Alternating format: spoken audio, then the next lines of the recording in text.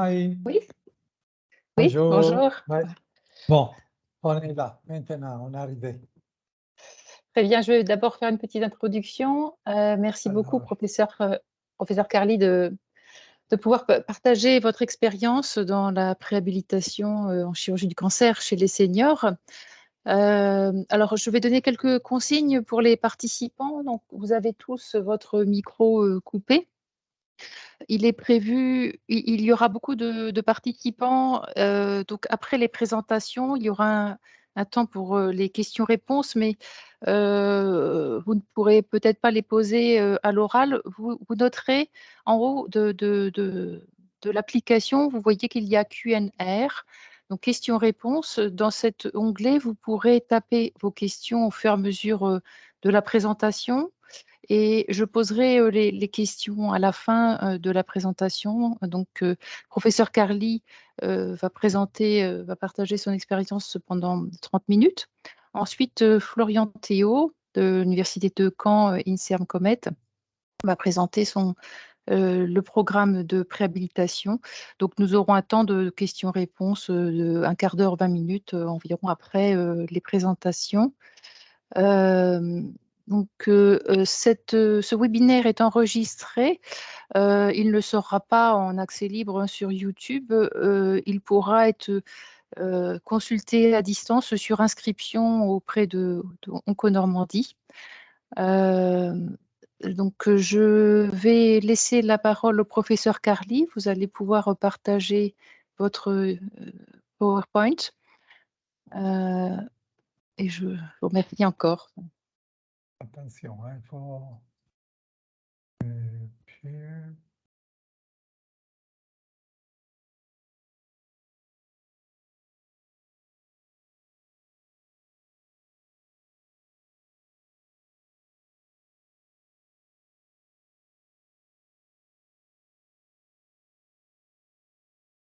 avant.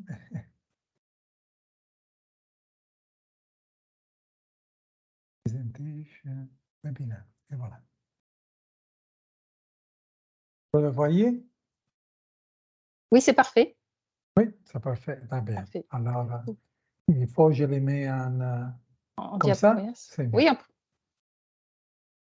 Et voilà, c'est d'accord. parfait. Bon, merci bien, mais mon français, c'est pas tout à fait excellent, mais je me débrouille. J'ai cherché de faire un peu franglais, comme on dit, un peu français, un peu anglais, mais les diapos sont en anglais. Mais moi, je vais expliquer s'il y a des problèmes, absolument, vous me le dites.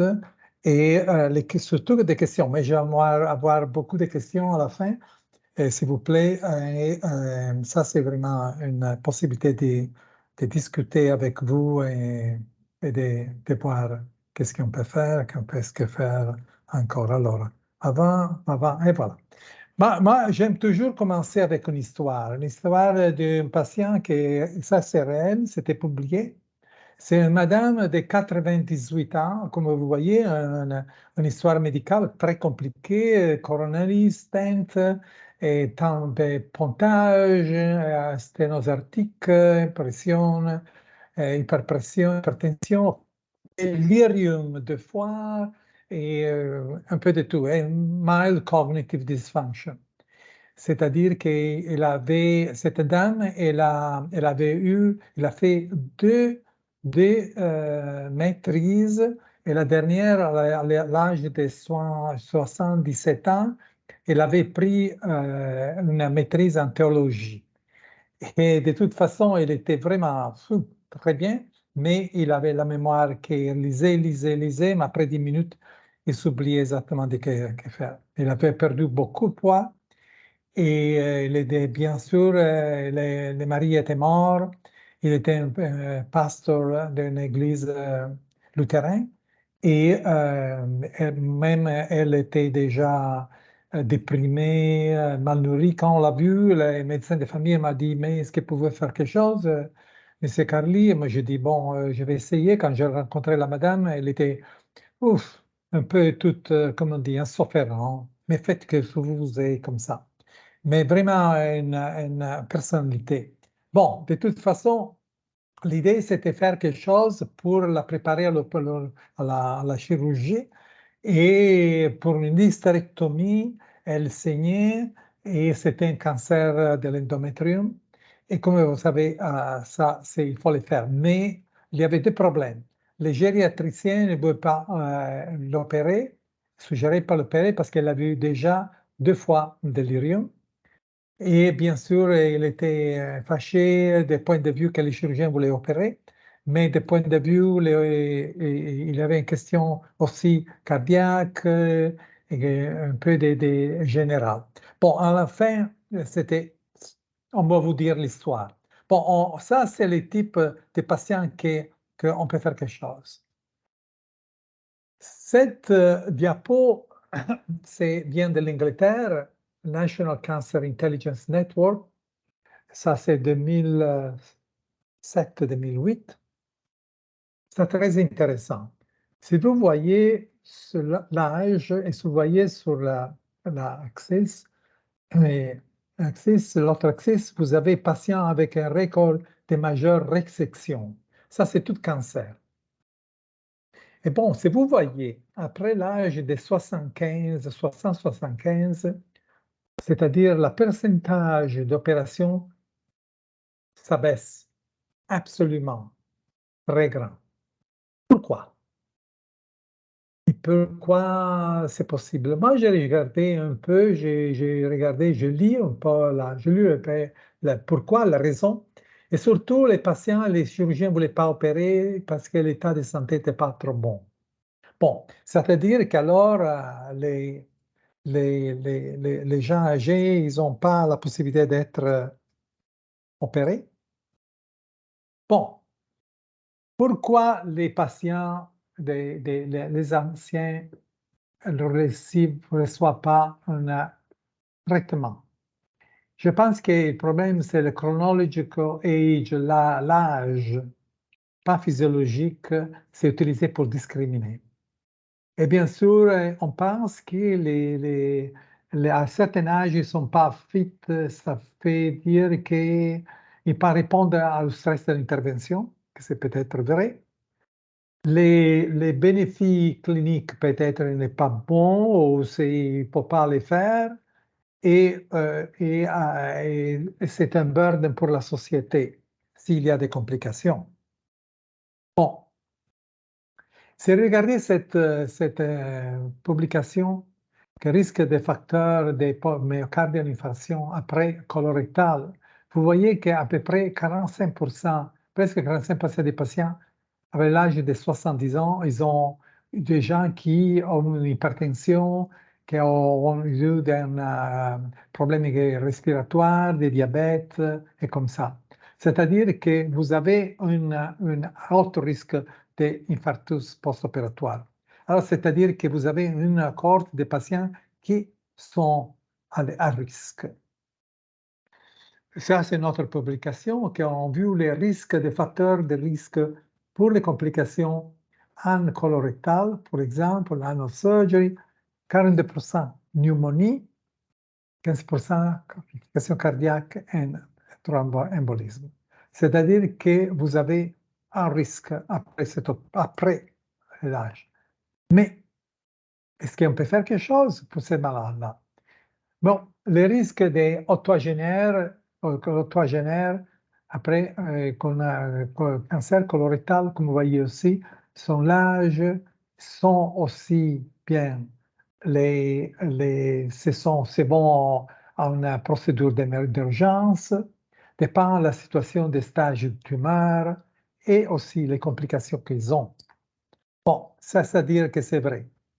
Mais le survival, avec les complications, comme vous voyez, c'est important.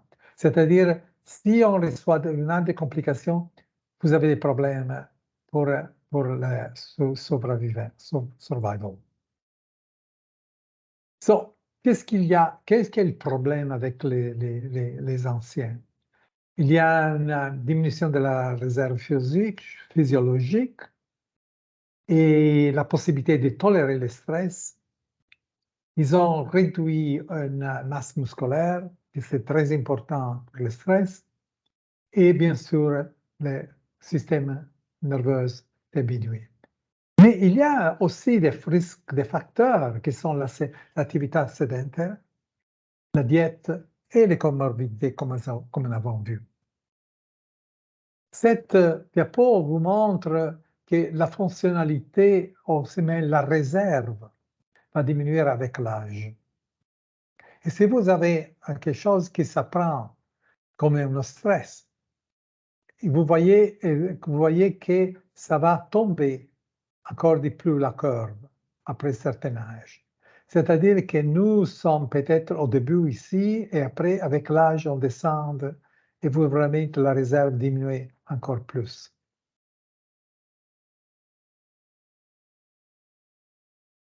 Ça, c'est une étude faite c'est fait à Colorado, où ils ont vu, on a utilisé Fast Time Up and Go. C'est un test que vous pouvez faire, qu'on peut faire dans les bureaux, et c'est 3 mètres de distance, il y a un cône, il faut tourner au cône dans possibilité de 10 secondes. Si c'est plus de 10 secondes, 15 secondes, c'est-à-dire que c'est slow. Et que vous voyez les gens qui sont avec des cancers en général, et qui sont lentes, ils ont la survivance cumulative survival diminuée. Ça, c'est une très intéressante étude qui c'était dans la Surgery. Et vous voyez ici, on a pris des seniors, des gens à l'âge de 70 ans. La première chirurgie générale, une chirurgie digestive. Et si vous voyez sur la gauche, vous avez la trajectoire fonctionnelle. Vous pouvez no disability, mild, moderate et severe. Et après, on va voir les recovery. Rapide, graduel, partiel, très peu. Et comme vous voyez, si on prend quelqu'un qui est mild, c'est-à-dire que c'est pas modéré ou pas non disabilité, vous voyez que même après la chirurgie, vous avez à peu près 55% des patients qui ils vont être partiels, la récupération partielle. Ça, c'est une grande burden pour la société, pour les patients, bien sûr.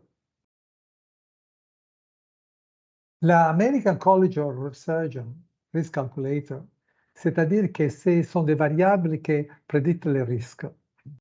Ça, on utilise non modifiable et l'autre modifiable. C'est-à-dire que vous avez, en fonction de la status de la fonction, de la réserve, comme ça, et l'albumine, tout ça, mais que certains instants, comme nutrition, on peut les modifier, mais les autres, bien sûr, on ne peut pas les modifier.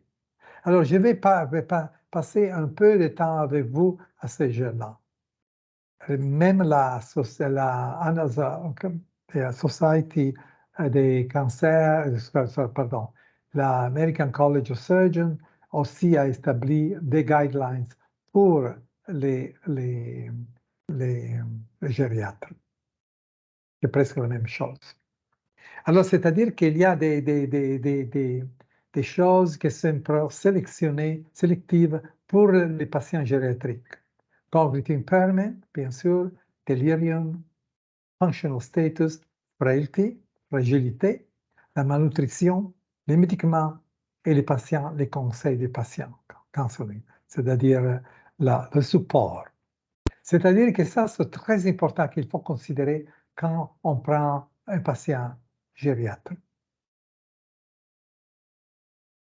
Donc, quand on parle de frailty, de fragilité, ça c'est la définition canadienne, qui est un état de vulnérabilité, avec physical reserve, reduce et la perte de fonction. C'est-à-dire qu'il y a une habilité diminuée de coopérer avec des stress qui sont même mineurs à normal. Ça va changer complètement la récupération post-opératoire. Alors, le point est, ce point-là, si on sait ça, qu'est-ce qu'on fait aujourd'hui dans la clinique préopératoire? Bon, très bien, on connaît très bien les conditions médicales, on travaille avec des internistes, on travaille avec des cardiologues, des pneumologues, on sait bien. Quand question des fonctionnels, capacité fonctionnelle et psychologique au status, on fait rien, presque rien. On fait des procédures, on fait des cocktails pharmacologiques, on est bien organisé, mais est-ce qu'on fait quelque chose pour la nutrition et pour la physique, pour l'état physique et mental? Bon. Alors, à ce point-là, il faut penser à faire des questionnaires ou un bilan. Et ça, c'est Educativity Score, bien connu comme ça. Et en général, si le patient est à 44, c'est-à-dire qu'il est en bon état fonctionnel, mais en général, la seuil est le minime, c'est 34. Au-dessus des 44, c'est-à-dire le patient est à risque. Un autre test, c'est les 6-minute walking test, que je pense que vous connaissez. Et c'est important qu'il y a des predictive values, c'est-à-dire pour une femme, c'est à peu près sur 500 mètres, dans 6 minutes pour un homme 600 mètres, et bien sûr moins de 400, en général, les gériatres considèrent l'incapacité d'être mobile, l'incapacité d'être indépendant. Si on veut faire quelque chose de plus sophistiqué, le gold standard, c'est la cardiopulmonary exercise testing. Bon, qu'est-ce qu'on a vu est que tous les questionnaires ou les évaluations de la fitness physique sont, si pas bonnes, sont associées avec mortalité, complications post-opératoires, longue durée des hôpitaux, résidence à l'hôpital et au problème aussi des coûts. Du point de vue de la malnutrition, on peut dire que ça, c'est un grand problème. Si vous voyez ici, presque 33% et 11%, c'est-à-dire c'est un risque de malnutrition. Est-ce qu'on est préparé pour la nutrition, pour l'opération avec la nutrition? Bon, ça, ce sont quatre programmes. Et vous voyez ici que c'est intéressant et que presque tous les mêmes, on considère à peu près 30-35% des patients sont à risque nutritionnel. La chose intéressante, ça c'est la dernière notre étude qu'on a fait, ça fait longtemps, qu'on a vu que vraiment c'est celui-là qui sont à severe malnutrition, c'est aussi la durée de l'hôpital sont prolongées. Ça démontre que c'est en malnutrition, c'est-à-dire les complications sont augmentées. Qu'est-ce qu'on a vu aussi, la chose intéressante, c'est ça, que c'est en dépression modérée. C'est-à-dire que vous êtes associé, comme ici, par exemple, on utilise l'ADS, c'est Hospital Anxiety Depression Score, c'est normal, vous marchez à peu près 463 mètres dans 6 minutes. Ça, ce sont tous les anciens, c'est-à-dire qu'en général, la moyenne, c'était 68 ou 69. Si vous avez l'anxiété seulement, vous êtes capable de marcher bien, mais regardez la dépression. Regardez, ça tombe. C'est si que vous devez moins. Si vous déprimez, vous marchez moins, c'est-à-dire que aussi la capacité fonctionnelle est diminuée. Bon, dans la trajectoire vous avez ici la enhanced recovery after surgery, la récupération après la chirurgie, le fast track Et maintenant, on pense avoir la préhabilitation. C'était la préparation à l'hôpital. Moi, je le lis en anglais, peut-être c'est mieux. A process occurs between the time of diagnosis and the beginning of acute treatment, which is surgery, and include this process a clinical, physical, metabolic, psychological assessment. Establish a baseline functional level, identify impairment, and provide intervention that promote physiological and psychological help to reduce the incidence and the severity of future impairment. Ça, c'est le concept vraiment. Qu'est-ce qu'on pense de la préhabilitation, spécialement dans les cancers? Ça, c'est un modèle qu'on a développé, ça fait des ans maintenant. Et c'est vraiment si on pense être à ce point de fonctionnalité, vous attendez l'opération et après vous avez l'opération, vous avez perdu du poids, vous perdez la fonctionnalité, vous êtes fatigué. Et après, ça prend longtemps, un peu de temps, ça dépend de l'individu, bien sûr. Mais pourquoi attendre ce moment-là? Tous les gens attendent pour l'opération. Est-ce qu'on peut utiliser ces points-là pour augmenter la réserve, augmenter la capacité fonctionnelle, parce qu'on sait qu'on va tomber, parce qu'il y a vraiment le stress métabolique, mais il descendra moins qu'ici, un peu moins, et il va retourner, il va récupérer plus vite. Ça, c'est l'idée vraiment utiliser ce temps ici pour augmenter la fonctionnalité. Ça, c'était ce qu'on a développé chez nous. Vraiment, le but, c'est augmenter la réserve fonctionnelle de ces malades, c'est-à-dire que c'est important. Qu'est-ce qui est important pour les malades? Retourner à l'hôpital, retourner à la maison, et retourner à la banque, voir les amis, c'est-à-dire qu'il a besoin de marcher, il a besoin d'être actif. Ça, c'est pour ça, c'est important que la réserve. Bon, à part l'optimisation médicale que tu connais, qu'est-ce qu'on fait maintenant, on pense vraiment que c'est très important à ajouter ces trois éléments, qui sont body and mind, c'est-à-dire la psychologique, l'intervention, c'est-à-dire la relaxation, visualisation, la nutrition et l'exercice. Alors, la chose importante est faire un screening, c'est-à-dire établir qui est que le malade qui a besoin avoir un rendez-vous et être plus détaillé et d'une intervention. Alors, on pense vraiment que screening, c'est nécessaire pour évaluer. Ça, on le peut faire avec 6-minute walking test comme DASI, comme a vu Duke. C'est simple. Aussi, vous pouvez le faire, mais si vous avez des valeurs moins qu'on a établies dans l'évaluation, ben là, vous avez besoin.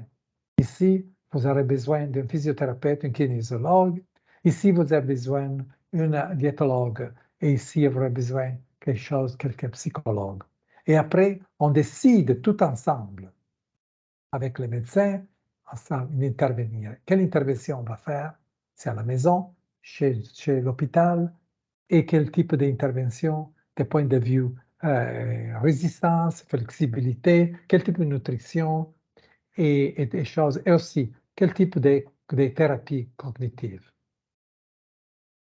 Ça, les consultations que l'on demande à notre chirurgien établit la fragilité, l'anémie, l'albumie, l'hémoglobine glycate, les médicales risque élevé, traitement bien fumeur, chirurgie majeure, perte de poids bien sûr.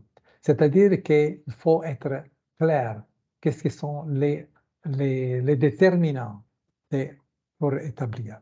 Alors à ce point-là, on va intervenir. Et l'idée, c'est vraiment penser que l'exercice, c'est pas quelque chose comme ça. Vous faites ce que vous voulez. Non, non, c'est une prescription. C'est une prescription. Et claire, établie.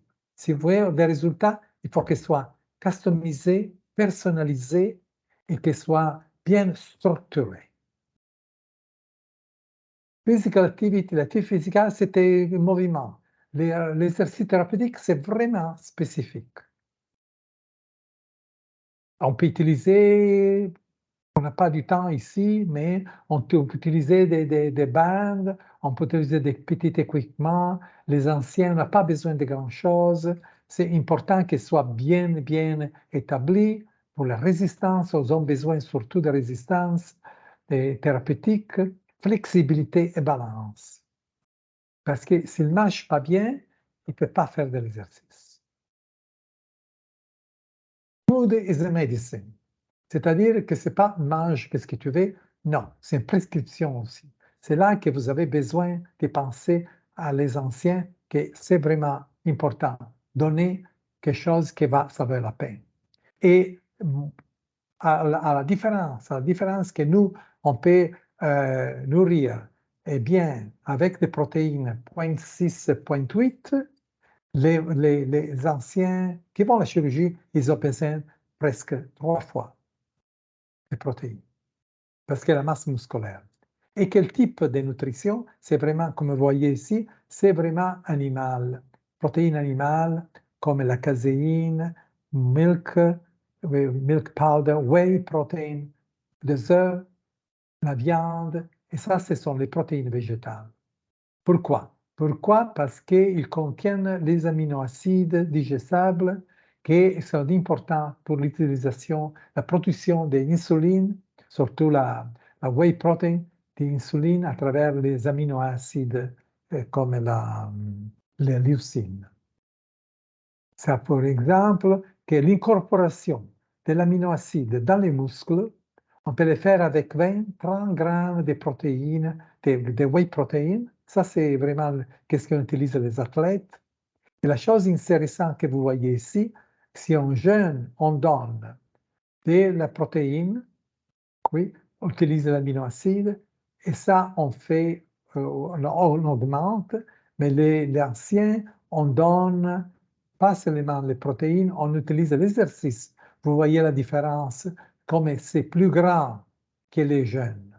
C'est les jeunes n'a pas besoin parce qu'elle est déjà haut, mais l'ancienne, c'est-à-dire il y a une résistance insulinique du point de vue des protéines. C'est-à-dire qu'alors on va combiner l'exercice, la résistance, surtout la résistance avec l'ingestion des aminoacides. C'est-à-dire un effet synergistique. Ça, je vous souvenez, qu'est-ce qu'on a vu? Ça, ce sont des études qu'on avait publiées où montrent exactement que si on a la préhabilitation multidisciplinaire, vous augmentez dans la période, vous descendez, et then, c'est une différence. Ça, c'est les groupes de contrôle.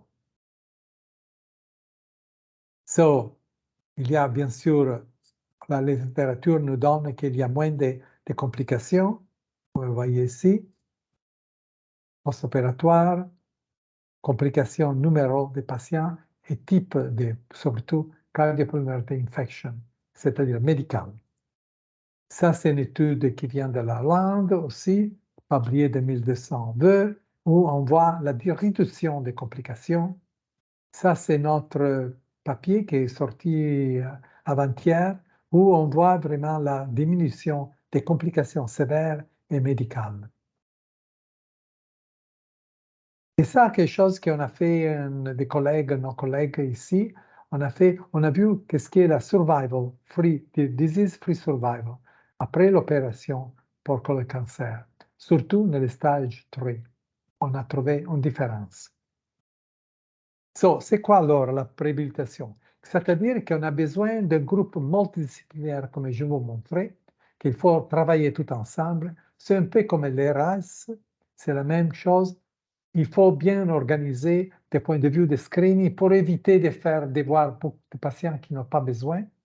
Screen, evaluate, intervene. C'est ça que vous avez besoin de groupes multidisciplinaires. Moi, toute seule, je peux le faire. Les chirurgiens ne peuvent pas le faire.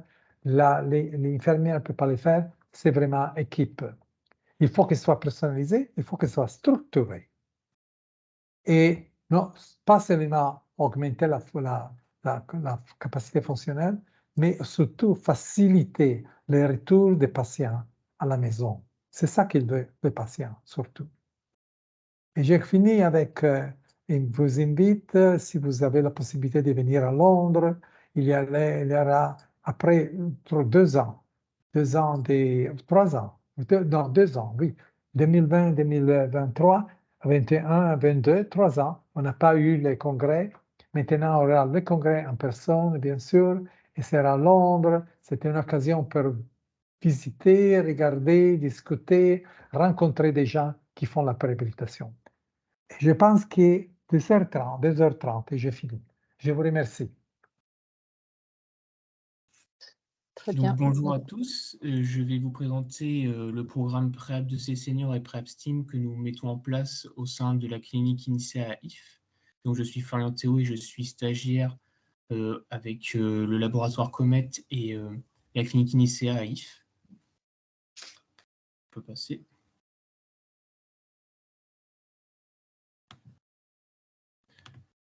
Donc, la préhabilitation en France, elle suit les recommandations de la HAS depuis 2016 avec l'implémentation de programmes de réhabilitation améliorés après chirurgie.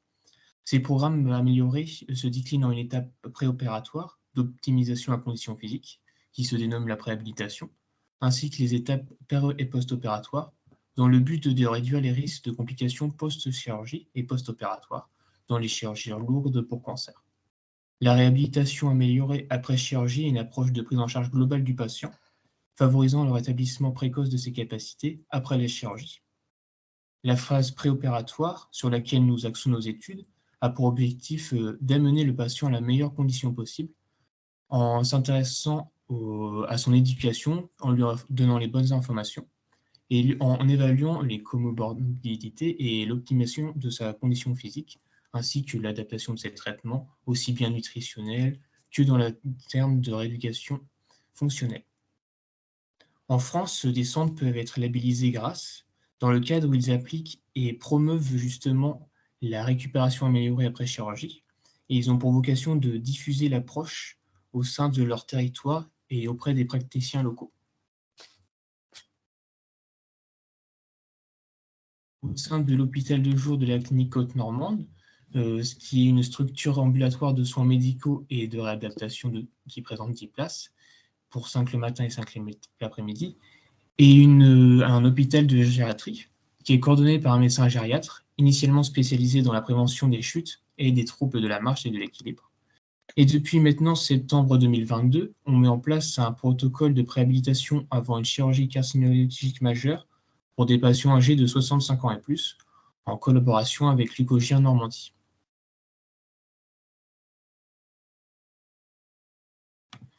Donc nous pouvons voir que la structure présente une grande salle de rééducation commune dédiée aux ateliers de rééducation comme la kinésithérapie, l'activité physique adaptée ou encore l'ergothérapie, avec par exemple une cuisine, une salle de bain thérapeutique pour aider les patients à retrouver de l'autonomie, un parcours de marche extérieure et des bureaux polyvalents pour tous les professionnels du centre. L'équipe est constituée d'une infirmière coordinatrice, d'une secrétaire médicale, de 4 kinésithérapeutes, d'un ergothérapeute, d'un enseignant d'activité physique adaptée, ainsi que d'un psychologue et d'un diététicien. Le protocole préhab de ces seniors mis en place au sein de l'HDJ INSEA de IF est en conception avec l'UCOGIR de Normandie pour le programme de préhabilitation en chirurgie carcinologique majeure chez des seniors âgés de 65 ans et plus. On a constitué une cohorte qui a reçu un avis favorable d'éthique au niveau du CLERS, et un recueil des données et analyse va être effectué par le Centre de traitement des données du Cancéropole Nord-Ouest. Donc, les critères d'inclusion au niveau de cette étude est ouverte pour les patients de plus de 65 ans qui présentent un cancer gynécologique, urologique ou digestif, pour lequel une chirurgie majeure est planifiée, avec auparavant un possible traitement néoadjuvant. Les patients doivent être dans l'agglomération caennaise ou à distance de 30 minutes maximum du centre, et ils doivent être adressés par un médecin, et ces patients doivent être aussi éligibles à une préhabilitation. Il y a aussi des critères de non-inclusion, comme de la nutrition sévère, une cardiopathie instable ou une vitesse de marche inférieure à 0,8 m/s. Ce protocole a plusieurs objectifs, mais l'objectif principal, c'est vraiment d'évaluer l'efficacité du programme de préhabilitation chirurgicale sur les seniors avec le critère principal suivant, qui a été expliqué par le professeur Carly auparavant, qui est le test de marche de 6 minutes. On va comparer la distance parcourue au test de marche entre le premier jour de la préhabilitation et le dernier jour. Et vraiment, ce test-là va se dérouler sur un couloir de 30 mètres pour respecter justement les indications et calculer le plus facilement possible la distance. Et tout au cours de ce test-là, le patient va être incité à marcher le plus rapidement possible. Dans un second temps, on a aussi différents objectifs secondaires qui sont d'évaluer les facteurs associés à cette adhésion et donc d'une meilleure efficacité de la période préhabilitatoire. Et c'est aussi d'évaluer l'effet sur le statut sarcopénique, nutritionnel et la confiance dans l'équilibre avec le questionnaire ABCS. Mais aussi, chaque semaine, on va évaluer le niveau de fatigue et la qualité de vie du patient pour voir comment celui-ci interagit avec le programme. Le programme de préhabilitation est composé sur une semaine avec 3 activités qui se considèrent sur 3 matinées et ce programme-là va durer pendant 4 semaines. La prise en charge est variée et adaptée aux besoins du patient. Ça peut être une prise en charge avec le kiné, en activité physique adaptée, en ergothérapie, mais aussi un processus diététique et psychologique est mis en place au sein de l'HDI. Au minimum, le patient doit suivre 2 ateliers de rééducation avec 2 intervenants différents, que ce soit kiné, APA ou ergo. Et chaque séance dure 45 minutes avec 15 minutes de pause entre chaque atelier.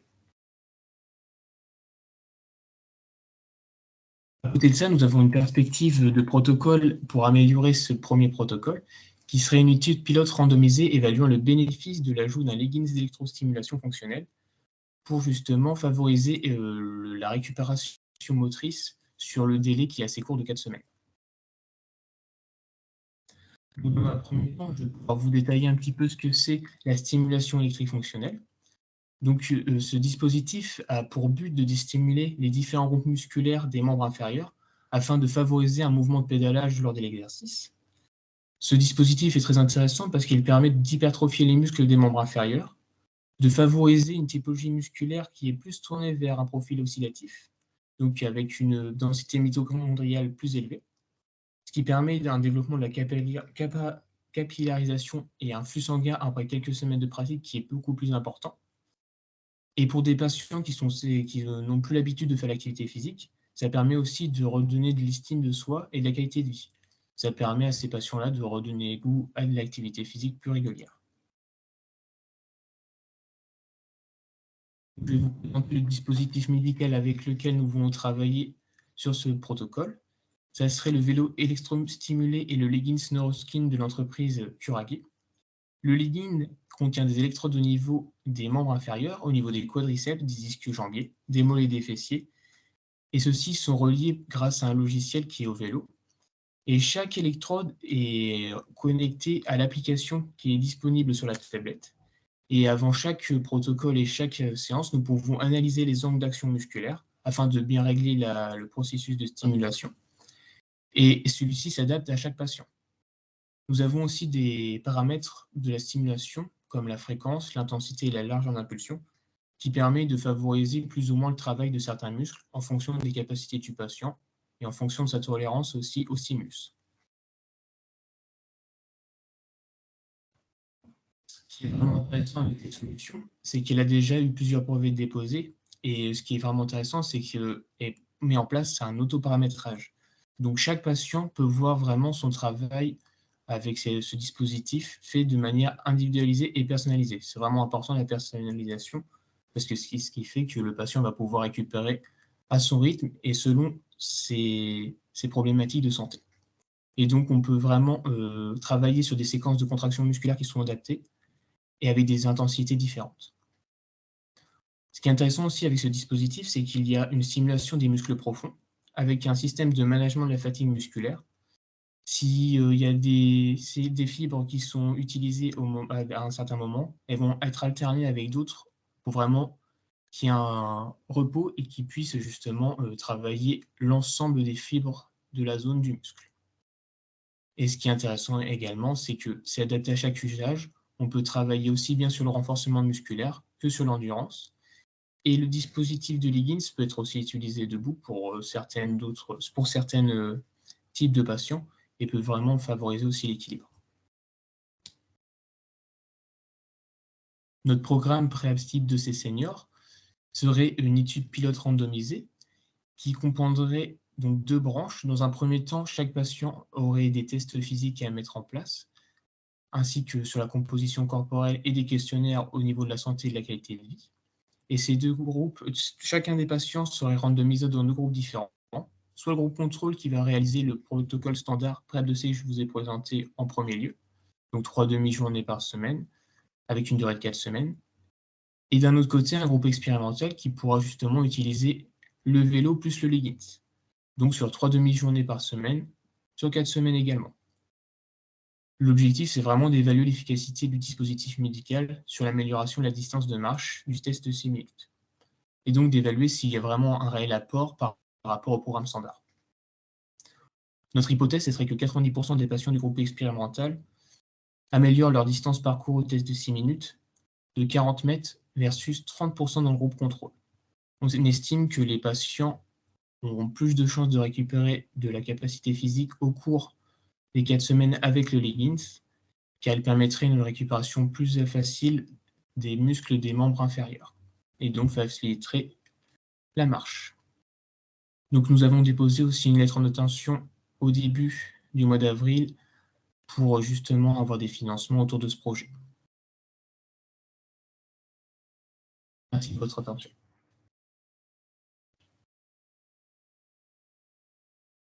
Alors, merci beaucoup, Florian.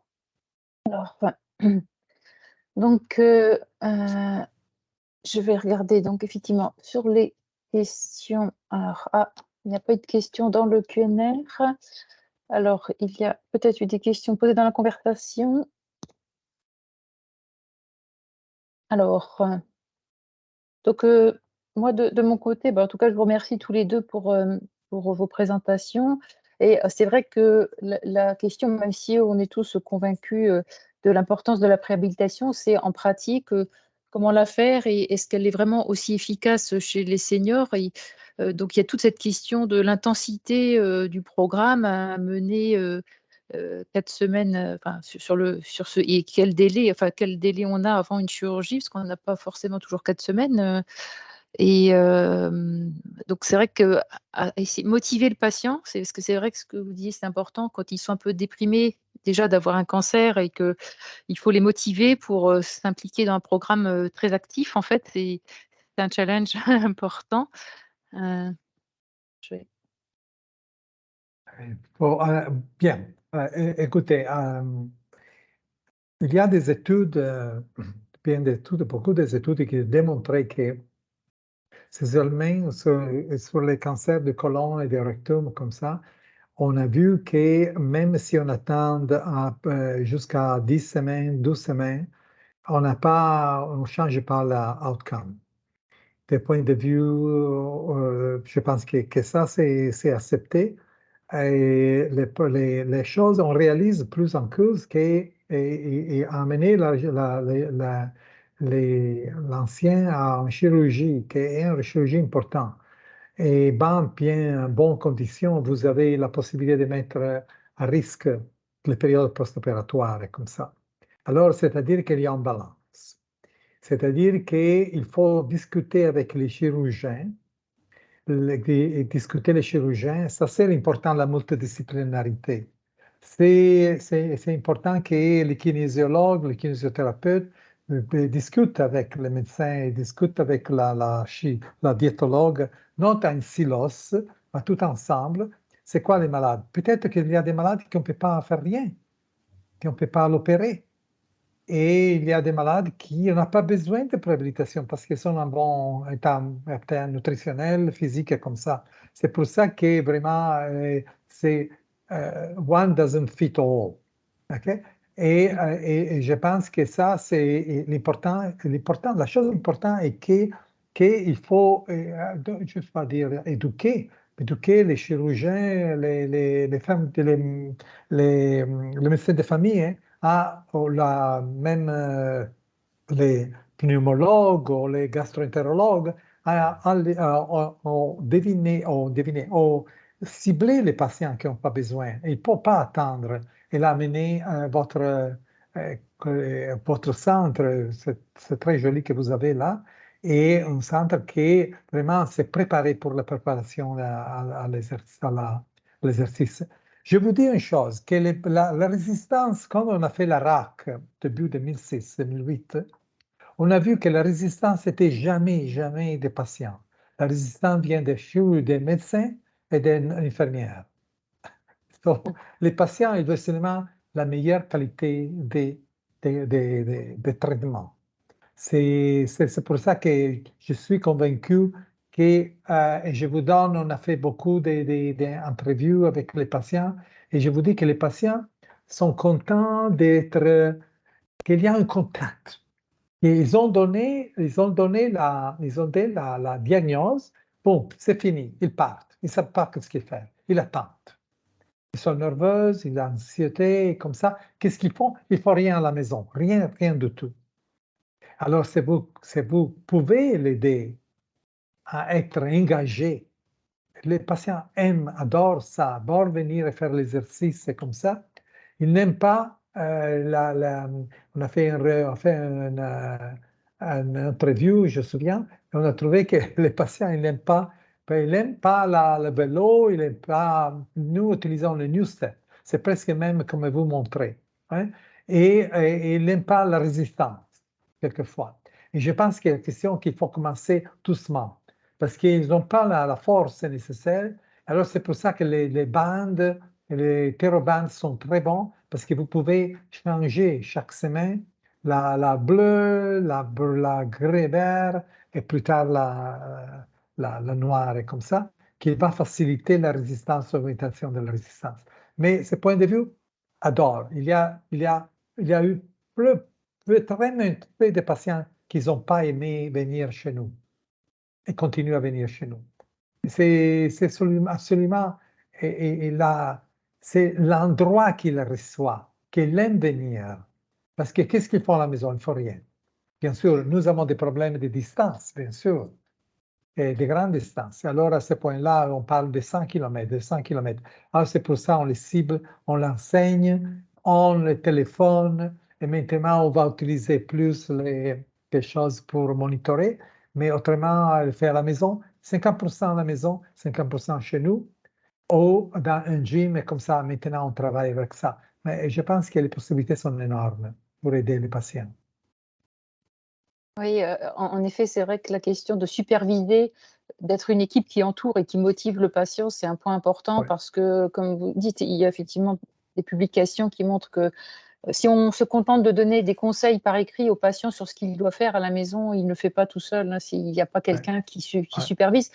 Ou il faut effectivement par visio éventuellement, mais ça, il faut vraiment contrôler la qualité des gestes et des efforts. Donc, c'est important de proposer un programme au moins mixte.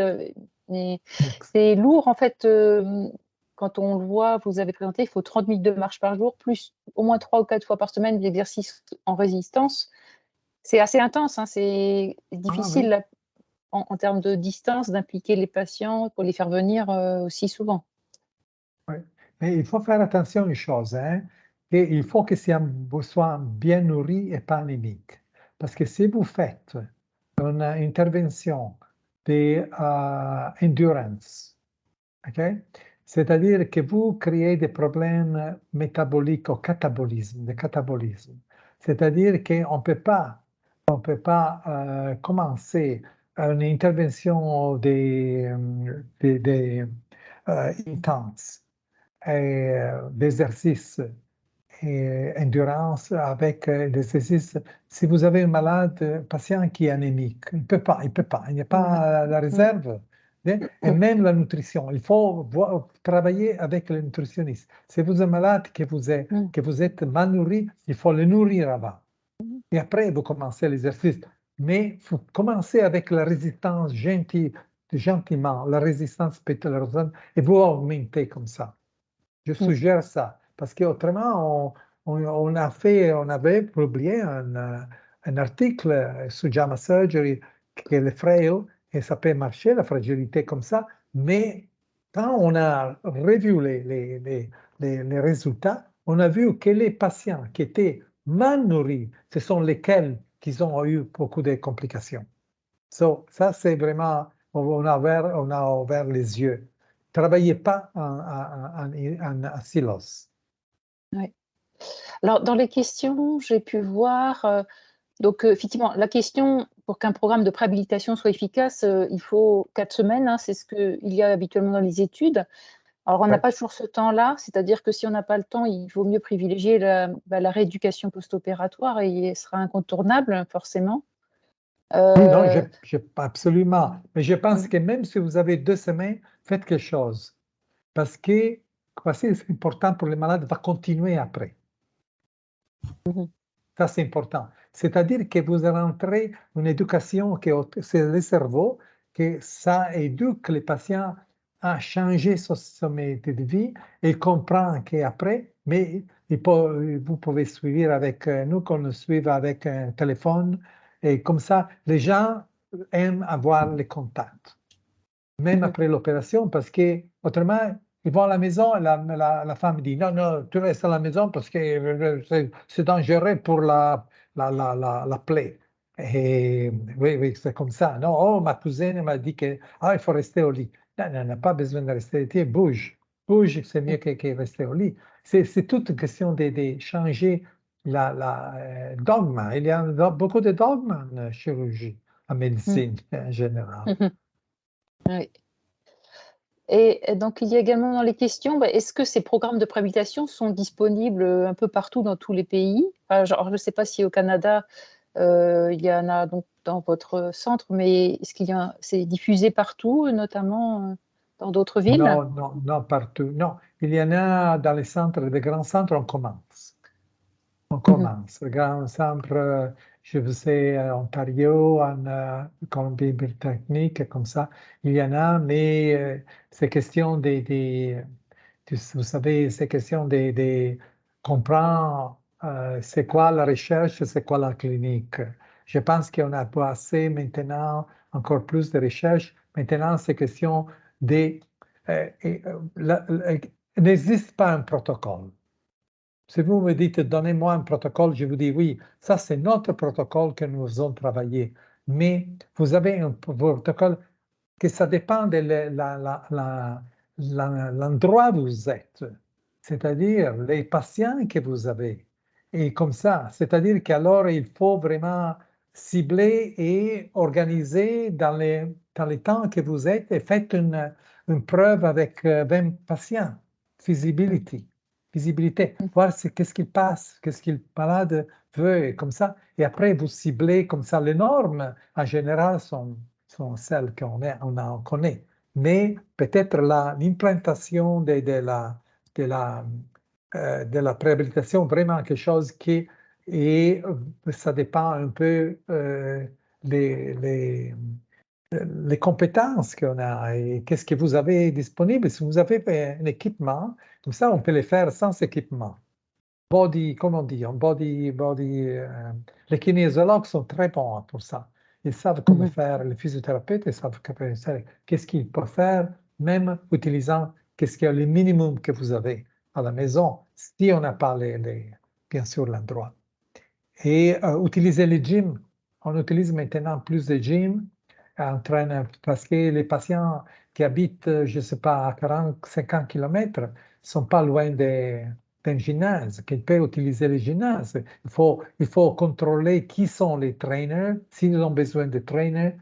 Et je pense qu'on commence maintenant à comprendre que le gym, ce n'est pas seulement pour les athlètes, pour les gens qui vont là.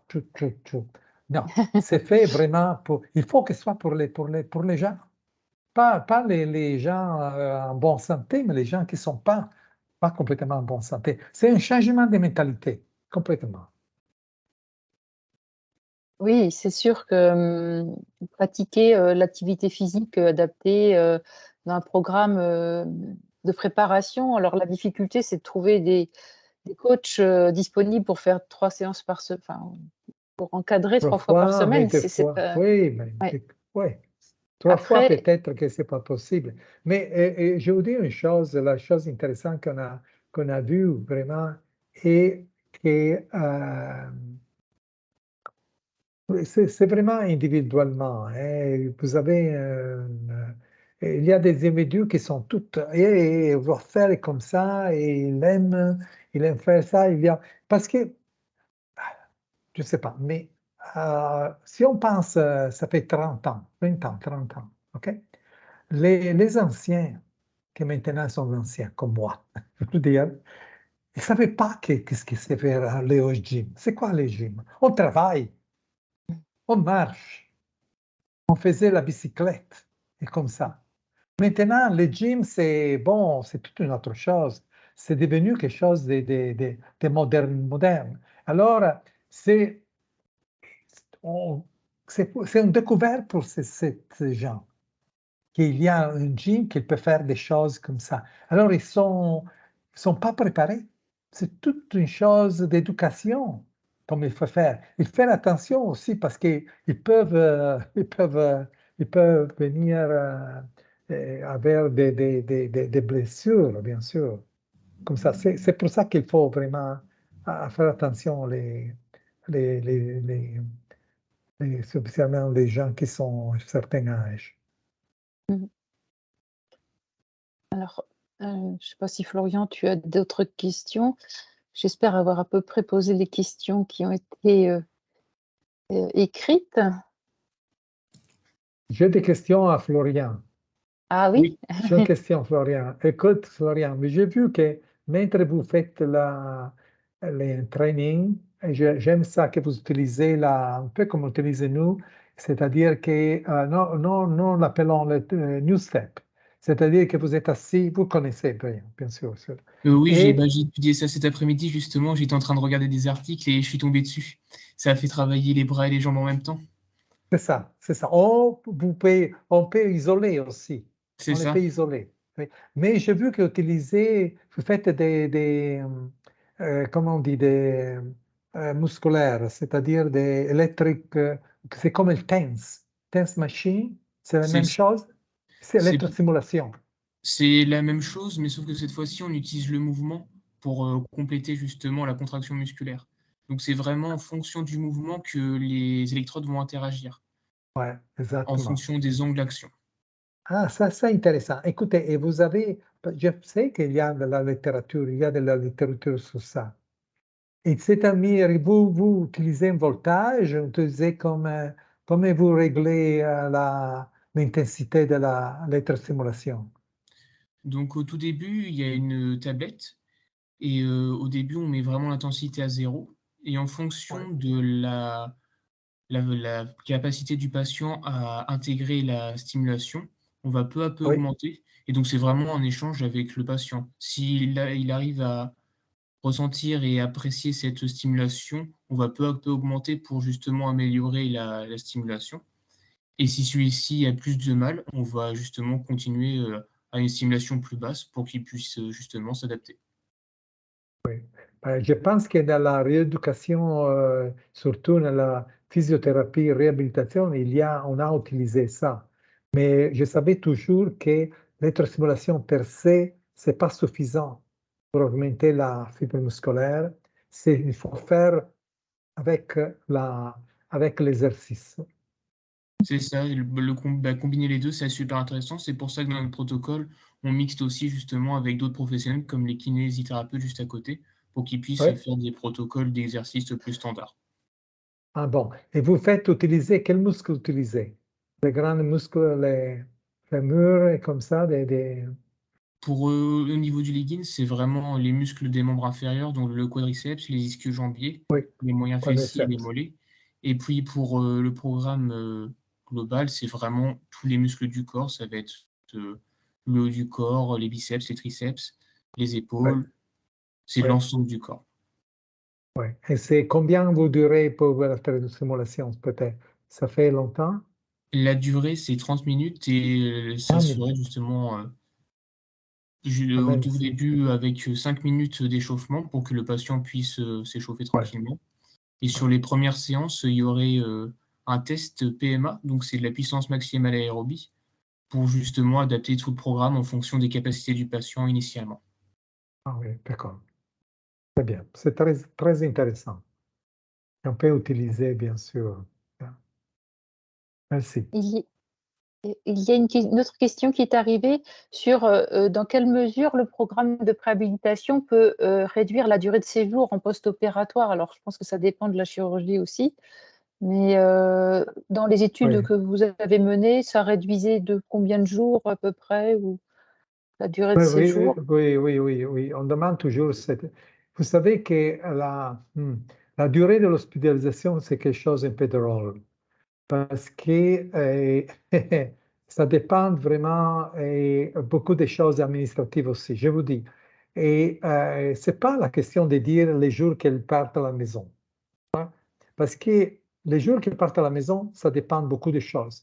Ou vous n'avez pas votre mère qui est venue à vous prendre, ou votre fils qui est venu à prendre. Okay? Ou les chirurgiens dans la salle d'opération, il ne peut pas venir à signer.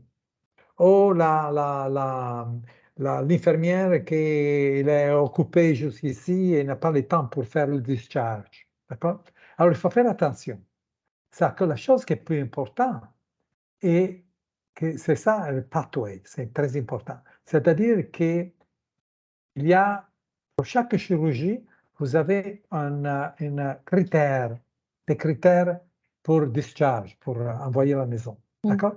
Vous prenez pour exemple, la colorectale, il faut, est-ce que le malade mange, il n'a pas de vomissement? Est-ce qu'il a de la fièvre? Pas de fièvre. Est-ce qu'il bouge? Est-ce qu'il prend la douleur contrôlée? Si vous avez toutes quatre, bon, il ne peut pas aller à la même jour. Il peut partir les jours après ou le même jour. Maintenant, on a presque 40% de notre malade, ils laissent l'après-midi après une chirurgie colorectale. L'après-midi de l'opération. Bon, c'est pas la question. La question est que qu'est-ce qu'on veut?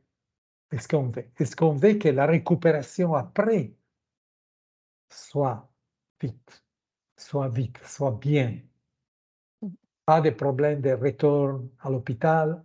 C'est ça que veulent les malades. Il y a un papier qui est sorti, un surgery, ça fait peut-être 6 mois, 7 mois. On a vu effectivement qu'est-ce qu'ils veulent les malades. Les malades, ils ne s'occupent pas s'il a des complications et comme ça, bien sûr, oui, c'est un point. Mais qu'est-ce qu'il veut? Il veut la qualité de vie, c'est-à-dire, est-ce qu'il peut retourner à la maison? Est-ce qu'il peut aller à la banque? Il peut arriver à trouver la famille et enjoy life. C'est ça qui est important pour les malades.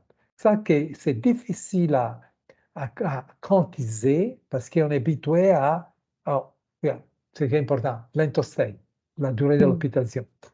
Oui, pour l'administration, c'est vrai, mais pour la société, non. La société, il a des autres choses importantes. Si on est vraiment, et il faut supérer cette mentalité vraiment des cliniciens. Merci Je beaucoup. ne veux pas choquer, mais c'est ça, c'est... Oui, c'est vrai que nous avons les pressions des directeurs des cliniques et hôpitaux pour Ouais. réduire le temps Ouais. des patients à l'hôpital. Ouais, c'est ça. Et après, qu'est-ce qu'ils font? Vous savez qu'est-ce qu'ils font les patients à l'hôpital, à la maison? Ils vont au lit. Oui, ils vont au lit. Ils savent que faire, ils vont au lit. Il n'y a aucun système de contrôle de qu'est-ce qu'ils font à la maison. Ça, c'est vraiment qu'il faut travailler. Maintenant, on fera la prévision, on verra travailler après l'opération, qu'est-ce qu'ils font à la maison. Ça serait un défi pour toi, Florian. Très bien, Avec des merci. choses comme ça, des monitorages, qu'est-ce qu'ils font, parce qu'on n'a rien pour le moment.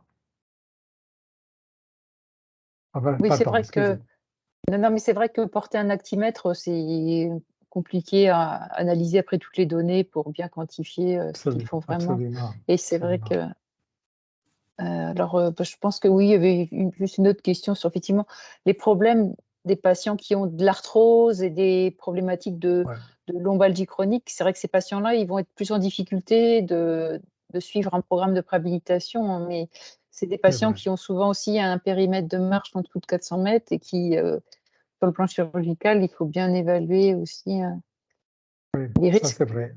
Absolument, absolument. Il faut voir le risque. Ça, c'est vraiment, comme avons montré cette étude, vous êtes plus plus à risque, bien sûr, si vous avez passé marché comme ça, arthrose, arthrite. Mais je pense que le problème, plus surtout, est la douleur, le contrôle de la douleur. Si vous n'avez pas la possibilité d'avoir un optimum contrôle de l'oreille, vous ne pouvez pas faire rien. Alors, c'est pour ça que notre clinique, on a des experts de la douleur pour diminuer les opioïdes, si c'est possible, parce qu'ils rentrent dans le cercle vicieux, ou faire des blocs. Par exemple, je vous dis, et on a surtout des gens qui vont à l'arthroplastie de genou et qui peuvent marcher. Ils ont douleur, mais les douleurs ne sont pas bien contrôlées. Alors, qu'est-ce qu'on travaille? On va faire des blocs sur les genoux pour l'aider à marcher, à être plus actif. À ce point-là, qu'alors c'est important la réhabilitation. La réhabilitation, c'est important. Et en général, si vous voyez les patients qui vont pour la genou, l'arthroplastie de genou, sont obèses, diabétiques, hypertension classique, vraiment. Parce qu'il ne faut rien. Et c'est pire et pire et pire, et ils ont mal. Et ne pas, oh non, non, je n'ai pas pris paracétamol, ah non, je n'ai rien pris, l'anti-inflammatoire, ah non, non, et mais pourquoi vous ne bougez pas? Ah non, parce que j'ai mal. Mais prenez les anti-inflammatoires. Ah non, non, non, non, non, parce que c'est un cercle vicieux. Oui, oui, oui. Ça, c'est la réalité, je vous dis. Hein. Oui, On rencontre tous les jours. oui. Très bien, merci beaucoup. Alors, dans l'Assemblée, si on avait mis un petit sondage pour que vous puissiez nous partager si vous avez été satisfait et si ce webinaire a été utile pour votre pratique. Oui, on vous a compris, c'est très bien. Donc voilà, le sondage, il est dans la conversation. Si pour les participants qui sont encore présents, si vous pouvez aussi répondre au sondage. Et puis, professeur Carli, nous vous remercions chaleureusement de votre participation. Non, c'est un plaisir. Hein? Et Florian aussi. Florian, merci. Et Florian, peut-être qu'un jour, on demande à Florian de nous dire, présenter à nous. On fait tous les mercredis, on fait un meeting de lunchtime et parler de cette chose-là intéressante, de la combinaison entre l'électrostimulation et le mouvement. Peut-être c'est quelque chose d'intéressant parce que la littérature est là, mais on peut l'utiliser, tous ces petits trucs qui sont utiles, spécialement les gens qui ne bougent pas et comme ça. Oui. C'est ça, ça peut être un premier lien justement avec la pratique. Oui, c'est ça. Très bien. Merci Très bien, encore merci beaucoup. de l'invitation. Bonne soirée. Au revoir. Au revoir. Au revoir.